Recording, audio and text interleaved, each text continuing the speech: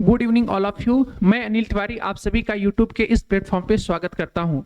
साथियों, आज हम लोग वैदिक सिविलाइजेशन के बारे में अध्ययन करेंगे। यह सिविलाइजेशन बहुत ही ज़्यादा पढ़ी लिखी सिविलाइजेशन थी। इन्हें संस्कृत का बहुत ही ज्ञान था। इन्हें आर्य कहा जाता है। इसके बारे में बहुत ही डिटेल में पढ़ेंगे क्योंकि आजकल प्रश्न यहाँ से बहुत ज़्यादा पूछा जाता है। और आर्य इतना विद्वान थे कि चार चार वेदों की रचना कर दिए और उनका संकलन कर देते हैं। जैसे आपने सुना होगा ऋग्वेद, यजुर्वेद, सामवेद, अथर्ववेद, उनका जो संकलन किया जाता है वह यही वैदिक सभ्यता या वैदिक काल के रहने वाले लोग जिन्हें आर्य कहा जाता है उनके द्वारा किया गया था। तो आइए इसे डिटेल में पढ़ते हैं। थोड़ी बोरिंग टॉपिक जरूर होती है। इतिहास की ये शुरुआती जो क्लासें होती हैं थोड़ा बोरिंग होती हैं क्योंकि यहाँ पर कोई इष्ट जो कहानी होती है वह नहीं होती है, किंतु यहाँ से प्रश्न आजकल बहुत ज्यादा पूछा जाता है। तो जल्दी आप इन्हें ध्यान से आप देखिएगा। मैं पूरी कोशिश करूंगा कि आपको सरल भाषा में और जो एग्जाम में बार बार प्रश्न पूछे जा रहे हैं या जो इंपॉर्टेंट चीजें हैं उन्हीं को मैं आपके सामने रखूं। जनरली जो वैदिक काल है तो ये किससे बना है, नाम से ही पता चल रहा है कि वैदिक जो शब्द का प्रयोग हुआ है यह किससे हुआ है, वेद से। और वेद का अर्थ होता है ज्ञान। वेद का अर्थ होता है ज्ञान। ये जो वैदिक काल है ये किसके द्वारा इसका विकास किया गया है, इसका टाइम पीरियड कितना है। तो जनरली जो इनका विकास किया गया है, विकास, तो इसका जो विकास या यहाँ के जो रहने वाले लोग थे इन्हें आर्य कहा जाता है। बहुत बार इंपॉर्टेंट प्रश्न है, इन्हें आर्य कहा जाता है। आर्य जो है अपने आप को श्रेष्ठ कहते थे। ये बहुत ही ज्ञानी व्यक्ति थे। इन्हें संस्कृत का बहुत अच्छा ज्ञान था। तो ये लोग अपने विद्वत्ता के हिसाब से अपने आप को श्रेष्ठ कहते थे। सर्वश्रेष्ठ तो जर्मनी का चांसलर हिटलर भी कहता था, किंतु वह अपने आप को जो है युद्ध के द्वारा सर्वश्रेष्ठ घोषित करना चाहता था या दिखाना चाहता था। जबकि आर्य जो थे यह विद्वानता के आधार पर अपने आप को श्रेष्ठ कहते थे। ठीक है, तो आर्य का जो है, आर्य का मतलब होता है श्रेष्ठ होता है। इनका जो समय काल है, टाइम पीरियड है, तो समय काल कितना है वैदिक सभ्यता का, तो वैदिक सभ्यता का टाइम पीरियड है 1500 बीसी से लेकर के और 600 बीसी इनका पूरा टाइम पीरियड है। इसके बाद अगर हम बात करें कि इनका जो विकास हुआ है वह किस नदी के इर्द गिर्द हुआ है, तो इनका जो विकास हुआ है वह सिंधु नदी जिसे ये लोग हिरण्ययनी बोलते थे, और सिंधु नदी तथा गंगा नदी के आसपास इनका विकास हुआ है। इनकी जो सभ्यता थी यह कैसी सभ्यता है, तो जो इनकी सभ्यता है, तो सभ्यता जो इनकी है वह ग्रामीण सभ्यता है। सभ्यता कैसी है इनकी, ग्रामीण सभ्यता है। इनकी भाषा क्या है, तो जनरली जो वेद हैं वह संस्कृत में लिखे गए हैं, तो इनकी भाषा भी ऑलरेडी क्या होगी, तो इनकी भाषा भी संस्कृत है। इनकी भाषा भी क्या है, संस्कृत है। ठीक है, इसके साथ साथ में इनका व्यवसाय क्या रहता है, तो जनरली इनका शुरू में जो व्यवसाय है, वैदिक सभ्यता का जो व्यवसाय है शुरू में तो इनका जो है पशुपालन व्यवसाय रहता है, पशुपालन। बाद में इनका जो व्यवसाय होता है, बाद में इनका व्यवसाय कृषि हो जाती है। कृषि कब होती है कि जब ये लोग लोहे की खोज कर लेते हैं, लोहे की खोज करते हैं, लोहे की खोज करते हैं, और लोहे की जो खोज है वह कहाँ पर होती है, तो लोहे की खोज अंतरजी खेड़ा, अंतरजी जो खेड़ा है यह कहाँ पर है, तो यह यूपी के एटा में है। कहाँ पर है, यूपी के एटा में है। तो अंतरजी खेड़ा में लोहे की खोज ये लोग कर लेंगे। तो जनरली बाद में जब हम उत्तर वैदिक काल पढ़ेंगे तो वहां पर ये लोग कृषि करना शुरू कर देंगे, क्योंकि लोहे का ही हल बनाना शुरू कर देंगे, लोहे के हथियार बनाना शुरू करेंगे, और फिर महाजनपद का निर्माण होगा और बड़े बड़े शासक जो हैं वो बैठना शुरू करेंगे, और जो कि युद्ध से पूरा भारतीय इतिहास भरा पड़ा रहेगा। इन चीजों को हमें बारीकी से एक बार और देख लेते हैं कि जनरली वैदिक काल क्यों कहा जाता है, क्योंकि इन्हें जो है इनकी जानकारी वेदों से मिलती है। वेद का अर्थ होता है ज्ञान। अच्छा, ये जो विकास हुआ है किन के द्वारा, या वहां पे रहने वाले लोगों को क्या कहा जाता था, तो वहां पे रहने वाले लोगों को आर्य कहा जाता था। वैदिक सभ्यता में रहने वाले लोगों को आर्य कहा जाता है। आर्य का मतलब होता है श्रेष्ठ होता है। IAS 1999 में यह प्रश्न पूछा गया है कि आर्य क्या थे, तो आर्य का जो शाब्दिक अर्थ होता है वह क्या होता है, श्रेष्ठ। तो वहां पे ऑप्शन में था श्रेष्ठ वंश के ये लोग मानते थे, तो वही प्रश्न का उत्तर हो गया। समय काल क्या है? तो समय काल 1500 बीसी से लेकर के 600 बीसी है। किस नदी के इर्द गिर्द विकास हुआ? तो सिंधु और गंगा नदी के इर्द गिर्द। सभ्यता कैसी थी? ग्रामीण थी। भाषा क्या थी इनकी? संस्कृत थी। और व्यवसाय जो था इनका पशुपालन था। आगे हम डिटेल में थोड़ा और देख लेते हैं कि जो वैदिक काल है कितने पार्ट में बटा है? 2 पार्ट में बटा है। एक को हम पूर्व वैदिक काल बोलते हैं और एक को उत्तर वैदिक काल बोलते हैं। अच्छा, पूर्व वैदिक काल में जनरली ऋग्वेद की रचना हो जाती है या इसका संकलन हो जाता है ऋग्वेद। तो ऋग्वेद के कारण इसे ऋग्वेद या ऋग्वैदिक काल भी कहा जाता है। ऋग्वैदिक काल भी इसे कहा जाता है। ठीक है, जनरली इसमें ऋग्वेद की रचना होती है, इसलिए इसे ऋग्वैदिक काल कहा जाता है। इसका टाइम पीरियड कितना है? तो इसका टाइम पीरियड जो है वह 1500 बीसी से लेकर के और 1000 बीसी तक इसका टाइम पीरियड है। तो पूर्व वैदिक काल का अगर टाइम पीरियड की बात करें तो वैदिक जो सभ्यता है इसको 2 भागों में बांट करके पढ़ लेते हैं, क्योंकि जनरली इसमें कुछ चेंजेस आगे चल करके हो जाते हैं। लगभग 500 साल बाद कुछ चेंजेस देखने को मिलेंगे, इसीलिए इसको 2 खंडों में बांट करके पढ़ते हैं। अच्छा, कुछ नए बच्चे हैं उनको समझाते इतने भी चलना पड़ता है। जैसे कि अगर हम बात करें कि आप हैं तो आप अपना अध्ययन कैसे करते हैं कि बाल्यावस्था, युवावस्था, वृद्धावस्था ऐसे बांट करके पढ़ते हैं। वैसे ही वैदिक सभ्यता को 2 पार्ट में बांट करके पढ़ा जाता है। एक को पूर्व वैदिक काल कहते हैं और एक को उत्तर वैदिक काल कहते हैं। जो उत्तर वैदिक काल है ये कब से कब तक चलता है? तो 1000 बीसी से लेकर के और यह 600 बीसी तक चलता है। अच्छा, जैसे ये समाप्त होगा उत्तर वैदिक काल, वैसे ही महाजनपद का उदय हो जाएगा। महाजनपद के साथ साथ में बौद्ध धर्म और जैन धर्म के का भी उदय होगा। उनको भी वहां पर अध्ययन करना पड़ेगा और फिर उन्हीं महाजनपद में से एक मगध जनपद होगा, जिसके बारे में हमें फिर आगे कहानी के रूप में पढ़ना पड़ता है। और वहां से हिस्ट्री जो है वो थोड़ा कहानी के रूप में होती है और बच्चों को थोड़ा इंटरेस्ट वहां पे आना शुरू होता है। अब जनरली जो ऋग्वैदिक काल में है इसमें 3 वेदों की रचना होती है। सर, इसमें एक वेद होता है। कौन से वेद? ऋग्वेद की रचना की जाती है। ऋग्वेद की रचना की जाती है। जबकि अगर हम बात करें उत्तर वैदिक काल में, तो उत्तर वैदिक काल में 3 वेदों की रचना की जाएगी। कौन कौन सा? तो जनरली सामवेद की रचना की जाएगी। फिर इसके बाद में यजुर्वेद की रचना की जाएगी। यजुर्वेद की रचना की जाएगी। यजुर्वेद के बाद अथर्ववेद की रचना की जाएगी। अथर्ववेद की रचना की जाती है। तो जनरली वैदिक काल में 4 वेद की रचना की जाती है। पहले ऋग्वेद, फिर उत्तर वैदिक काल में सामवेद, यजुर्वेद और अथर्ववेद। टाइम पीरियड याद रखना है 1500 बीसी से लेकर के 1000 बीसी तक और 1000 बीसी से 6000 बीसी तक उत्तर वैदिक काल कहा जाता है। कितना आपको समझ में आ गया है? अच्छा, जो वैदिक काल है यहाँ पे जो विकास किया जा रहा है या जो रहने वाले लोग हैं उन्हें क्या कहा जाता है? तो ध्यान रखिएगा, बार बार प्रश्न पूछा है, इन्हें क्या कहा जाता है? आर्य। तो चलिए आर्यों के बारे में हम लोग पढ़ते हैं। इनकी जानकारी कहाँ से मिलती है? तो इनकी जो जानकारी मिलती है, ये जानकारी जो मिलती है वह कहाँ से मिलती है? तो इनकी जानकारी जनरली वेदों से मिल जाती है। ठीक है, इसीलिए इन सभ्यता या इन लोगों को, रहन सहन को वैदिक सभ्यता कहा जाता है। चलिए अब हम लोग थोड़ा डिटेल में चीजों को देख लेते हैं कि आर्य जो थे वो कहाँ से आए हैं और उनका जो समाज है वह कितने भागों में बटा था। इसके बारे में हम लोग थोड़ा सा डिटेल में देख लेते हैं। तो चलिए हम लोग सबसे पहले यहाँ पे थोड़ा सा देख लेते हैं कि जो आर्य हैं वो कहाँ से आए हैं और जो आर्य हैं ये कहाँ से आए हैं और किसने क्या क्या इन पर वक्तव्य दिया है, किसने क्या क्या इनकी जानकारी हमें दी है। ठीक है, तो चलिए या तो हम इसी में चलते हैं, इन्हीं पेज में चलते हैं। ठीक है, ये पेज सबसे सही पेज है। ठीक है, आर्य आर्य आर्य जनरली कहाँ से आए हैं? तो अलग अलग विद्वान जो हैं अपना अलग अलग मत देते हैं। आर्य का मतलब होता है श्रेष्ठ होता है। अच्छा, कौन सा विद्वान क्या दिया है या कौन सा ऐसा पॉपुलर विद्वान है जो कि प्रश्न वहां से पूछा जाता है? तो जनरली मैक्स मूलर नाम के विद्वान है। मैक्स मूलर साहब जो हैं इन्होंने बताया है कि जो आर्य हैं इनका आगमन कहाँ से होता है? मध्य एशिया से होता है। मध्य एशिया से इनका आगमन होता है। मतलब एशिया जो है, बीच वाला एशिया, एशिया माइनर भी कहते हैं, उन वाले क्षेत्र के मध्य एशिया से ये जनरली आए हैं। अच्छा, क्यों ही ये जो है ये सबसे वेस्ट माना जाता है, क्योंकि जनरली मध्य एशिया में ही बोगज कोई अभिलेख प्राप्त होता है। बोगज कोई अभिलेख प्राप्त होता है।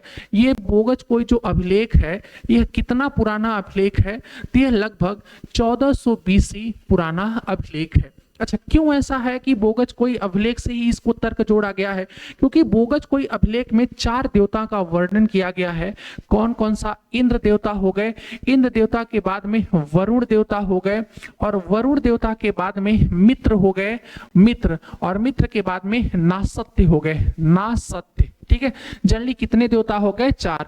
इंद्र, वरुण, मित्र और नासत्य, 4 देवताओं का वर्णन बोगज कोई अभिलेख से मिलता है। और इन्हीं 4 देवताओं का जो है उल्लेख वेदों में भी मिल जाता है, आर्यों के साथ भी आर्यों में भी ये पढ़ने को मिल जाता है। इसीलिए ये माना जाता है कि ये जो है मैक्स मूलर का तर्क है कि मध्य एशिया में है आए थे ये लोग, तो जनरली वो लगभग सही माना जाता है। क्योंकि बोगज कोई जो अभिलेख है ये है कहाँ पर? तो यह एशिया माइनर में है या मध्य एशिया में ही है।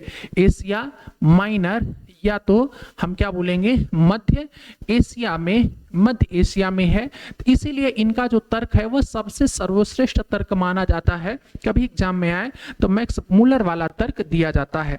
किंतु और आपको ध्यान रखना है कि और विद्वानों ने क्या क्या दिया है। तो generally Edward mayor, Edward mayor,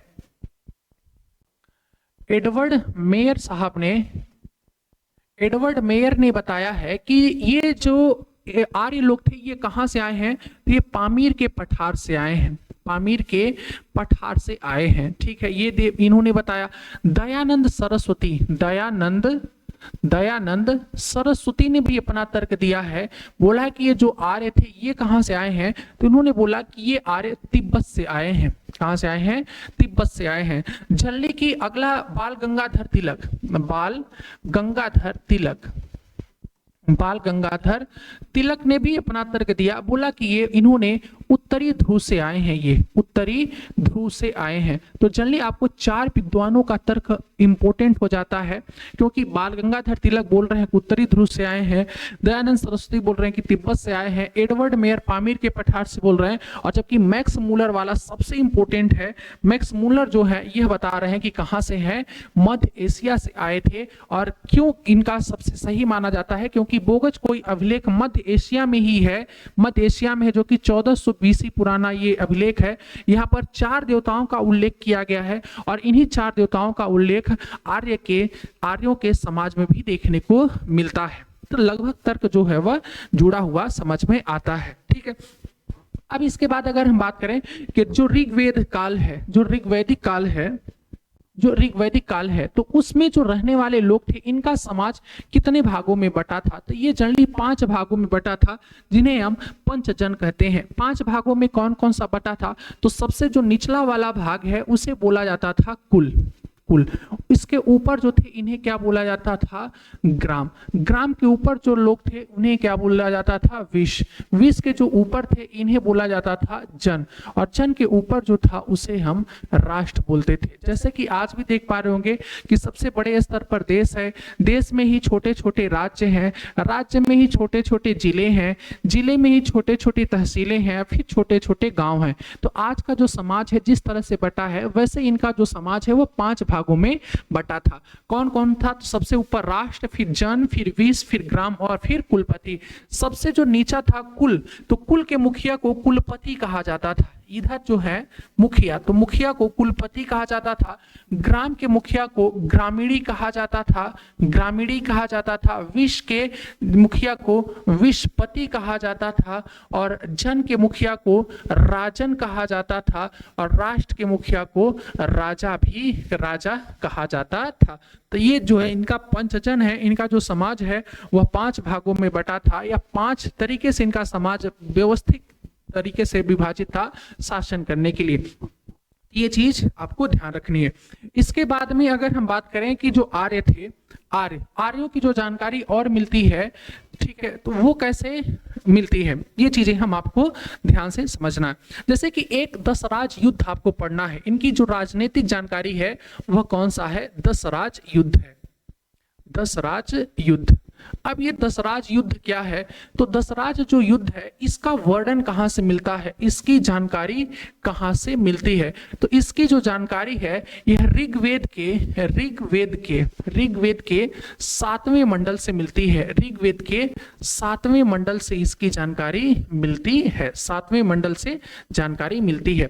ये बोला गया है दशराज युद्ध किसके किसके बीच में हुआ है, ये चीज देखिएगा। चलिए, अभी मैक्स मुलर साहब ने बताया कि ये कहां से आए थे, तो मध्य एशिया वाले भाग से थे। कहां से थे ये? मध्य एशिया वाले भाग से आए हैं। मध्य एशिया वाले भाग से ये कहां पर आए? तो ये जनरली मध्य एशिया वाले भाग से इंडिया आते हैं। कहाँ आते हैं?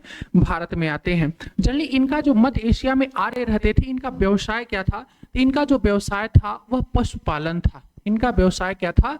पशुपालन था। और मध्य एशिया में जनरली बहुत ज्यादा जो है चारागाह थे, बड़े बड़े चारा थे, तो वहां के जो लोग थे तो वह पशुपालन करते थे। अब पशुपालन करने के लिए जनरली ये लोग धीरे धीरे भारत आना शुरू किए, और भारत में भी आए तो इन्होंने शुरुआती दौर में पशुपालन शुरू किया।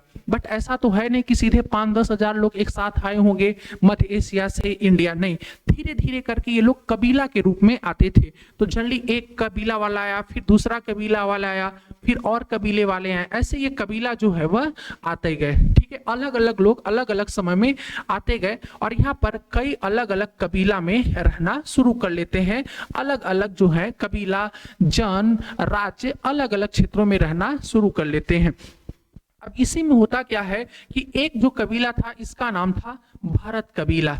भरत कबीला या कबीला को ही जन भी कहा जाता था, कबीला को जन भी कहा जाता था। तो एक कबीले का नाम था भरत कबीला। बकिया जो बचे 10 कबीले, जो अगला जो बचा वह 10 कबीले, इन दोनों के बीच में युद्ध हो जाता है। भरत कबीला और 10 कबीले, इन जो अन्य 10 जन थे या अन्य 10 कबीले थे, इनके बीच में युद्ध हो जाता है। और भरत कबीला की तरफ से जो युद्ध लड़ रहा था इनका नाम था सुदास। इनका नाम क्या था? सुदास था। और सुदास जो नाम था, तो सुदास किससे पराजित करते हैं? इन 10 कबीले वालों को पराजित कर देते हैं, और सुदास जो है वह इस युद्ध में जीत जाते हैं। इसे ही दशराज युद्ध कहा जाता है। और ये जो दशराज युद्ध है इसका चर्चा कहाँ पर है?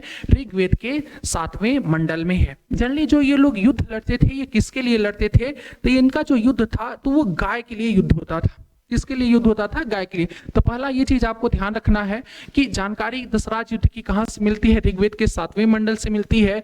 यहाँ पर जो है कौन से कबीले के बीच में युद्ध हुआ था? तो भरत कबीला या भरत जन बोलते हैं इसे, इनकी तरफ से सुदास ने नेतृत्व किया था, और एक तरफ 10 कबीले एक साथ मिल गए थे और इनके बीच युद्ध होता है, और भरत कबीला जो है वह जीत जाता है। और जीतने के बाद जनरली दशराज युद्ध सुदास के द्वारा जीता जाता है।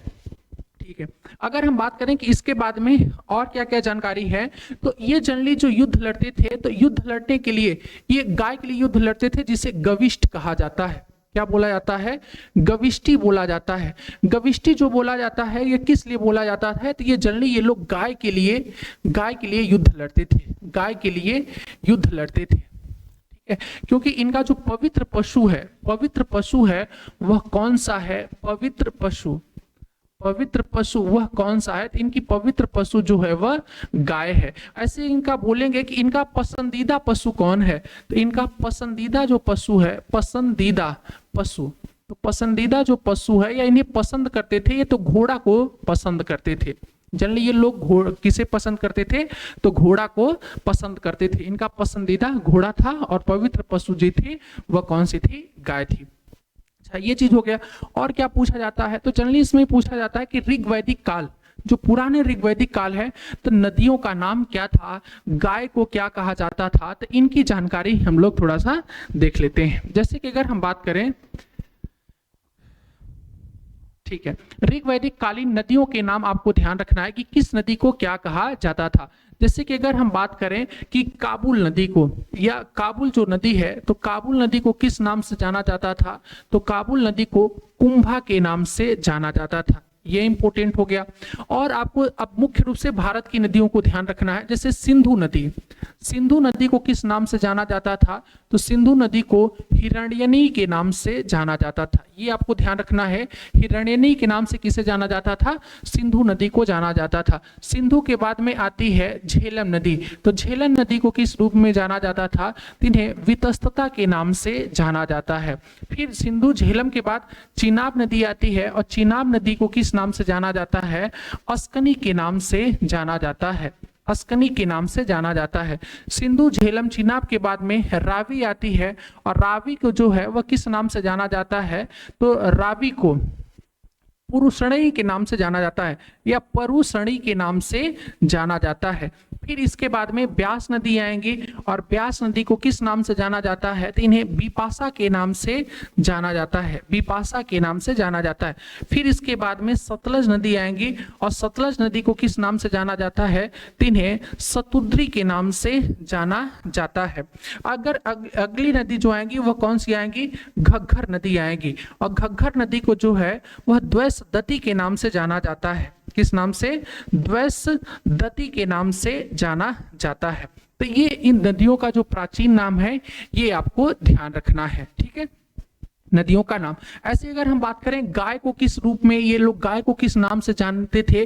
तो गाय को जनरली ये लोग जो है वह अघन्या के नाम से जानते थे। अघन्या के नाम से जानते थे। अघन्या का मतलब होता है कि जो वध योग्य नहीं है, जिसका वध नहीं किया जा सकता है।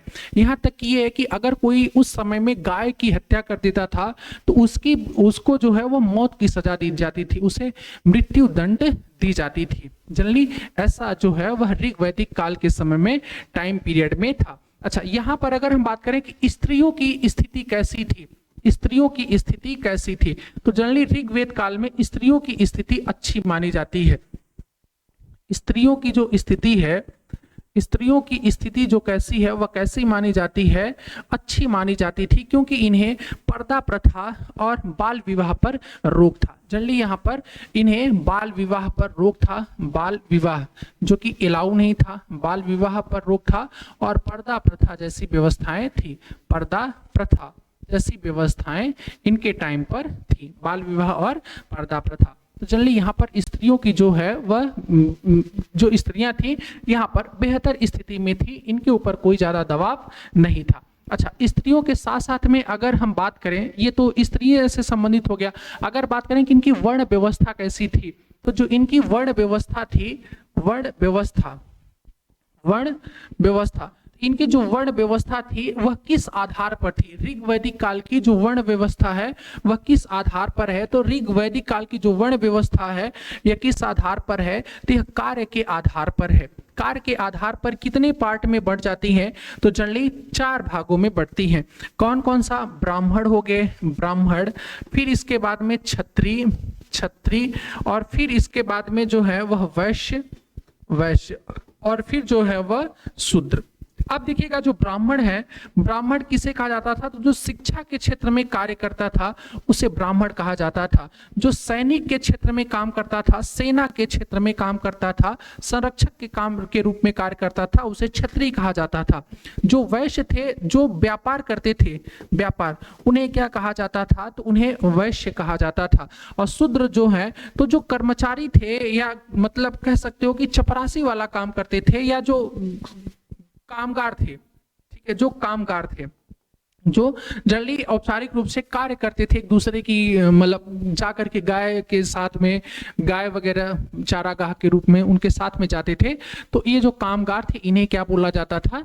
तो ये इन्हें शूद्र कहा जाता था। इनकी जानकारी कहाँ पर मिलती है? तो इनकी जानकारी जो है ऋग्वेद काल के, ऋग्वेदिक में या ऋग्वेद में 10वें मंडल में इसकी जानकारी मिलती है। 10वें मंडल में इसकी जानकारी मिलती है, ठीक है। तो ये चीजें भी आपको ध्यान रखनी है। एक बार देख लीजिएगा, प्राचीन नाम है और गाय को अघन्या कहा जाता है। स्त्रियों की स्थिति अच्छी थी क्योंकि बाल विवाह पर रोक था और पर्दा प्रथा जैसा व्यवस्थाएं थी। यहाँ पे वर्ण व्यवस्था थी जो कि ब्राह्मण, क्षत्रिय, वैश्य और शूद्र के रूप में। ब्राह्मण शिक्षा वाले व्यक्ति को कहा जाता था, सैनिक क्षेत्र में वैश्य जो है उन्हें क्षत्रिय कहा जाता था, वैश्य जो है वो व्यापार क्षेत्र में, और जो नौकरी या कामगार लोग थे उन्हें शूद्र कहा जाता था। इसकी जो चर्चा है वह ऋग्वेद के 10वें मंडल में इसकी जानकारी मिलती है, ठीक है।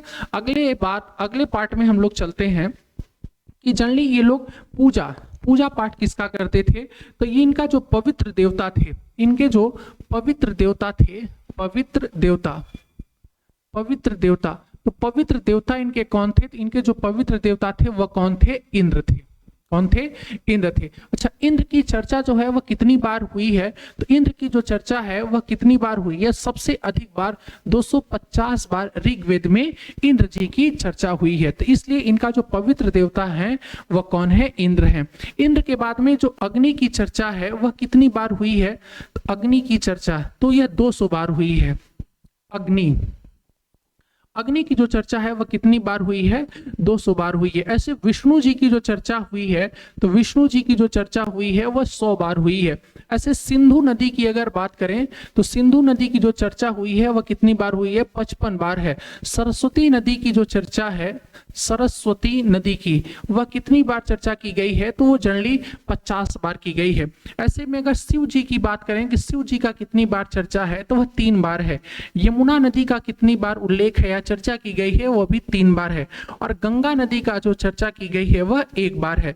अच्छा, यहाँ पर अगर पूछेगा कि जो इनके महत्वपूर्ण देवता हैं या इनके जो है पवित्र या सबसे प्रसिद्ध या जो है इनके फेवरेट जो गॉड है, भगवान है, वह कौन है? इंद्र है। इंद्र को किसका देवता कहा जाता है? तो जनरली इन्हें युद्ध का नेता और वर्षा का देवता कहा जाता है। युद्ध का नेता, युद्ध का नेता और वर्षा का देवता कहा जाता है। वर्षा का देवता कहा जाता है। ऐसे ही अग्नि को क्या कहते हैं? तो अग्नि को मनुष्य और देवताओं के बीच संबंध स्थापित करने वाला देवता कहा जाता है। जैसे आप लोग देखते होंगे कि हवन जो होते हैं, हवन में अग्नि के द्वारा ही मनुष्य जो है या मानव जो है वह देवता से संपर्क में आता है, देवताओं तक अपनी बात पहुंचाता है होम हवन के माध्यम से। तो वही अग्नि को जो है वह मानव और देवता के बीच संबंध स्थापित या उनका मैसेज संदेश ले जाने वाला देवता कहा जाता है। विष्णु को पालनहर्ता कहा जाता है या पालनकर्ता इन्हें कहा जाता है। ठीक है, ऐसे ही देखोगे इनकी जो पवित्र नदी है वह कौन सी है? सरस्वती है। इनकी पवित्र जो नदी है, पवित्र नदी, यह कौन सी नदी है? सरस्वती, जिनकी चर्चा कितनी बार है? 50 बार है।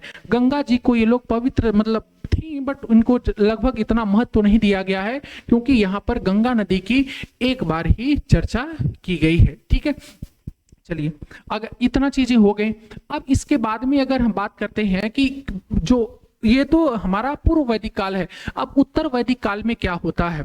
तो उत्तर वैदिक काल में जनरली जो है इन्हें हम चार्ट के माध्यम से ही समझते हैं। ठीक है, जनरली इन्हें हम, अच्छा इतना आप लोग नोट कर लिए हो तो फिर हम इसके बाद आगे बढ़ते हैं। ठीक है, चलिए इसी में ही देख लेते हैं हम लोग। अब हम लोग उत्तर वैदिक काल देखते हैं।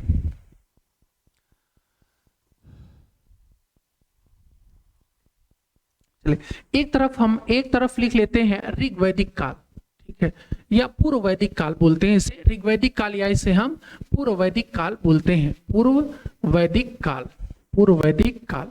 एक तरफ हम लिख लेते हैं उत्तर वैदिक काल, उत्तर वैदिक काल, उत्तर वैदिक काल। ठीक है, उत्तर वैदिक काल। अब यहीं पर ही हम देख लेते हैं कि दोनों में क्या क्या डिफरेंस है। इतने में ही जो है लगभग आपको चीजें समझ में आ जाएंगी। पूर्व वैदिक काल का टाइम पीरियड कब से कब तक है? 1500 BC से लेकर के और 1000 BC तक है, 1000 BC तक है। वहीं पर उत्तर वैदिक जो काल है वह 1000 BC से लेकर के और 600 BC तक उत्तर वैदिक काल है। क्या महत्वपूर्ण है दोनों में डिफरेंस, ये हम लोग देख लेते हैं। जैसे कि अगर हम बात करें इनके जो पवित्र देवता हैं, जो इनके पवित्र देवता हैं, तो इनके जो पवित्र देवता हैं वह कौन है? इंद्र हैं। ठीक है, इनके जो पवित्र देवता हैं, इनके जो पवित्र देवता हैं, कौन है? प्रजापति हैं। कौन है? प्रजापति हैं। प्रजापति की 2 बेटियों का भी उल्लेख होता है इसमें, सभा और समिति, सभा और समिति, समिति। अब ये जो सभा है ये श्रेष्ठ लोगों की संस्था है। जनरली ये राजा को सलाह देने के लिए संस्था है। जो सभा है सर्वश्रेष्ठ लोगों की है संस्था, और समिति जो है यह जो श्रमिक लोग हैं, श्रमिक वर्ग है, इनकी संस्था है। मतलब राजा को जो सलाह दे रहा है इसमें उच्च वर्ग और इसमें जो है वह निम्न वर्ग सलाह दे रहा है।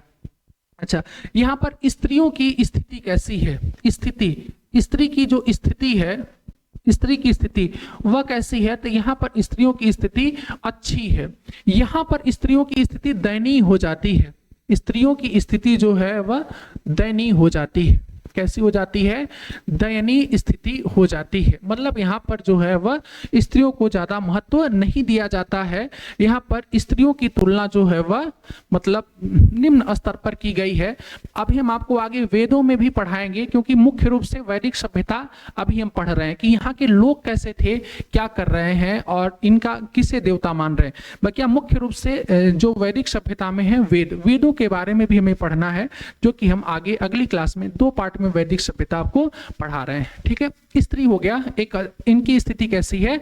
अच्छी है। ठीक है, इनकी वर्ण व्यवस्था कैसी है? वर्ण व्यवस्था, तो जो इनकी वर्ण व्यवस्था है, इनकी वर्ण व्यवस्था अच्छी है। मतलब ये किस आधार पर बटी है? तो यह कार्य के आधार पर बटी है। कार्य के आधार पर ब्राह्मण, क्षत्रिय, वैश्य और शूद्र, यहाँ पर जो है वर्ण व्यवस्था ये किस आधार पर बटी है? तो यहाँ पर जो वर्ण व्यवस्था है वह किस आधार पर बढ़ जाती है? जन्म के आधार पर। मतलब जो ब्राह्मण है उसका लड़का ब्राह्मण होगा, क्षत्रिय का लड़का क्षत्रिय हो जाता है, वैश्य का लड़का वैश्य और शूद्र का लड़का शूद्र हो जाता है। यह उत्तर वैदिक काल में ऐसी घटनाएं होती हैं। यहाँ पर कार्य के आधार पर और यहाँ पर जन्म के आधार पर वर्ण व्यवस्था हो जाती है। ठीक है, अच्छा ये भी चीज हो गया।